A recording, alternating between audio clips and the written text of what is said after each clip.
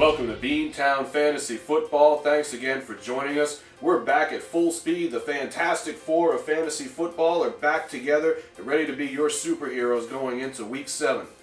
Now, we're going to get down to business with the quarterback position, but first let me reintroduce the players to you. My man BG, What's right good, hand man? Good to have you back, man. Good to have you back, man. All right. What's good, man? How you doing? All right. Feeling good right now. Now, we also have my man Mark Fury.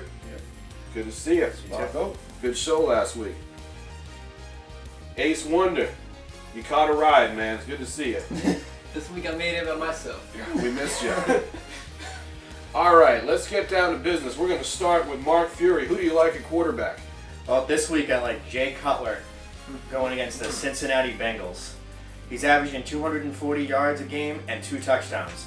He's coming off his first 300-yard effort as a Chicago Bear against the Atlanta Falcons. He threw the ball away a couple of times, but he also had fantastic fantasy stats. Those interceptions aren't going to hurt you that much if he plays like he did last week. He's got a chance to match those numbers against Cincinnati, who, despite starting off strong, has emerged to have kind of a weak secondary. They're one of the worst in the league defending the pass. They're in the bottom 5, and I look for Cutler to have a huge day this week. Another one I like is Tony Romo against the Atlanta Falcons. Atlanta showed how shaky their secondary was. They have arguably the worst starting corners in the NFL. Romo and the Cowboys have Miles Austin coming into the starting lineup after his huge game against Kansas City. They got Roy Williams coming back, and Romo's playing pretty well this year. He's not throwing as many touchdowns as he usually does, but he's averaging more yards per game than he ever has at any point of his career. I feel safe starting Romo against Atlanta. All right, you seem pretty confident in those picks, but who are you confident is not going to be able to help you out this week? I have no confidence at all in Donovan McNabb. Last week, the Eagles laid an egg against the Raiders in a game that they definitely should have won. This week, they're facing another quote-unquote easy game against the Washington Deadskins. But one thing that the Redskins do well is they cover the pass. They have the 3rd best pass defense in the NFL. They're only allowing 169 yards per game. Add to that, McNabb didn't really look in sync last week in a much more favorable matchup. I'm staying away from him. You got better options. Yeah, if the Giants could light up the Raiders with 44, I mean, the Eagles with what, damn, 6? Yeah. I don't know. I'm gonna have to disagree with you guys. I like McNabb. Monday Night Football against the Redskins. You know McNabb's gonna bring his A game. I'm sure he's gonna have lots of chunky soup. All right, moving on, we're going to go to Ace Wonder. Good to have you back. Yeah. You want to remind the fans who you are, why you're here, and why they should listen to you. Who are you going to put in Week 7? Quarterback. Putting in Eli Manning against the Arizona Cardinals. They might have the top-ranked run defense in the league, but their pass defense is anything but that. I think Eli Manning's going to hook up a couple of times with Steve Smith, Mario Manningham, Kevin Boss in the gang. I think you expect 3 touchdowns, 300 yards from Eli Manning this week. Also, I think you should also put in Matt Schaub going against the San Francisco 49ers.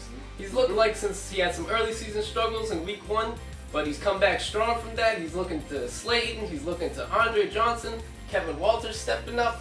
I think he got plenty of weapons there for Matt Schaub to have a humongous game against the 49ers. We can't forget Jacoby Jones either. Yeah. Houston's getting hot. Yep. All right, solid starts. Who's not going to be in your starting lineup? I'm not going to put in Brett Favre going against the Pittsburgh Steelers. Even though he's looking like the early season MVP, Pittsburgh's back. Troy Polamalu, James Harrison, Woodley, they're going to get to Favre. They're going to make him make mistakes, force some turnovers. It's going to be a sad day for the Vikings in Pittsburgh. Certainly is. All right, moving on. BG is back with us. Yes, sir. Good to have you, man. Missed you last week, but so did the fans. My back missed this chip. Tell the fans and everyone else out there who you're starting at quarterback, who they should be starting at quarterback in Week 7. Y'all should be starting Jay Cutler this week against the Cincinnati Bengals. It's in Cincinnati, but I mean, it doesn't matter where it is because since he's not going to have a pass rush since they lost Odom for the year, Cutler's probably going to throw for like 3 bills. He's got Early B, he's got Olsen, he's got DH, he got Johnny Fort Knox. I mean, he's going to do some damage. So definitely play Cutler. Like, I expect big numbers out of him. Another quarterback I got to pick is Mr. Tom Terrific versus Tampa. Don't be fooled because they're out in England. They're not going to get enough sleep and all that. Brady's probably going to throw like 5 touchdowns again. I mean, come on, they are Tampa. it is England. It's almost like a second home for Boston, I guess, if you want to think of it that way. So yeah, Psychological advantage. definitely. All right, who is not going to be in your lineup going in Week 7? Kurt Warner at the Meadowlands versus the Giants. I mean, the Giants are going to bounce back this week. They still got that front four. You know how Kurt Warner handles front four pressure. He's worse than Bledsoe. So I mean, I would look for Kurt Warner to probably take a lot of hits. Going to have probably have a couple picks, a lot of throws. Going to be off target due to the rush. I mean, I just don't see Kurt Warner having a big game at all. Probably a couple fumbles, off snaps. Giants defense is that serious, and they have it at every level. I might disagree with you there. I mean, Kurt Warner's been looking like he's been a pretty consistent fantasy quarterback this year. I mean, it happened in a couple of leagues. He's been, mid-teens every week at least. I mean, you can't ask more than that out of your quarterback. I agree with you. Like I said, he's my boy. I mean, I like him, but against the Giants, I don't like Kurt Warner going against a tough rush. All right, well, in this case, I'm more inclined to agree with Ace Wonder over here because let me give you my picks going into Week 7. I like Kurt Warner. These picks are not going to be popular with the group. We'll see what comes of it next week. I'm going to start Kurt Warner going up against the Giants defense. I'm not convinced that just because they're upset about losing last week that they're going to be any better stopping the passing game. And with Kurt Warner out there, okay, Anquan Boldin, he's looking iffy. He's a game-time decision. Steve Breston can step it up. Larry Fitzgerald, can get out there. And, Tim Hightower, he's been good for a couple of receptions, too, these last couple of weeks. So I'm not going to, say, don't start Kurt Warner this week just because he's going against the Giants. I'm not convinced. I see 300 yards and 3 touchdowns for Warner this weekend. Oh, yeah. I'm sticking by it. The other apple of my eye this week comes from the Big Apple. I'm talking about Mark Sanchez. 5 interceptions last week. All right, he's a rookie. He's young. It's going to happen.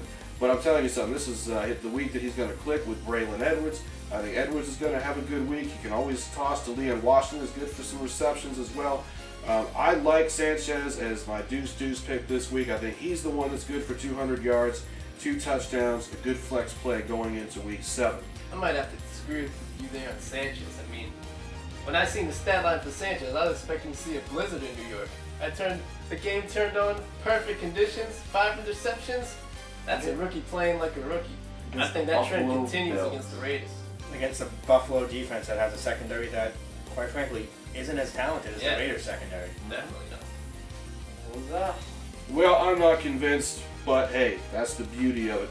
I am also going to be sitting a quarterback this week, and again, I'm going to be going against the tide of the group, but I have to sit Jay Cutler of the Chicago Bears. I watched him go against the 24th ranked Atlanta defense last week that allegedly did not have much of a secondary. Their secondary looked impressive against the Bears. I mean, I saw some plays broken up. I saw some things out of that said to me that, I don't think Cutler is clicking with his wide receivers like he should be. Considering how talented Devin Hester is, considering how talented some of his other receivers, he should be putting up better numbers. So in that case, I'm going to sit Jay Cutler. Well, I have to disagree with that. I mean, you said he wasn't very impressive last week against Atlanta, but how much more do you want out of the fantasy quarterback than 300 yards? Right. I was going to say, I watched that game. He looked pretty good. He looked shaky at times. He threw a couple interceptions. The second one to Thomas Deku should have never happened. But at the same time, that's not going to hurt you too bad as opposed to his 300 yards. I just think there are better options going into Week 7 than Jay Cutler. My deuce would be Cutler, and my sit would be Sanchez. All right, well, you're going to have to tune in. Just for that one. You are going to have to tune in next week to find out who is right, who is wrong. We'll be talking about it. I'm sure you will too. That's going to do it for the Week 7 quarterback edition of Beantown Fantasy Football. For BG, Mark Fury, Ace Wonder, I'm the Jaker. We'll see you here next week and next episode. Yep.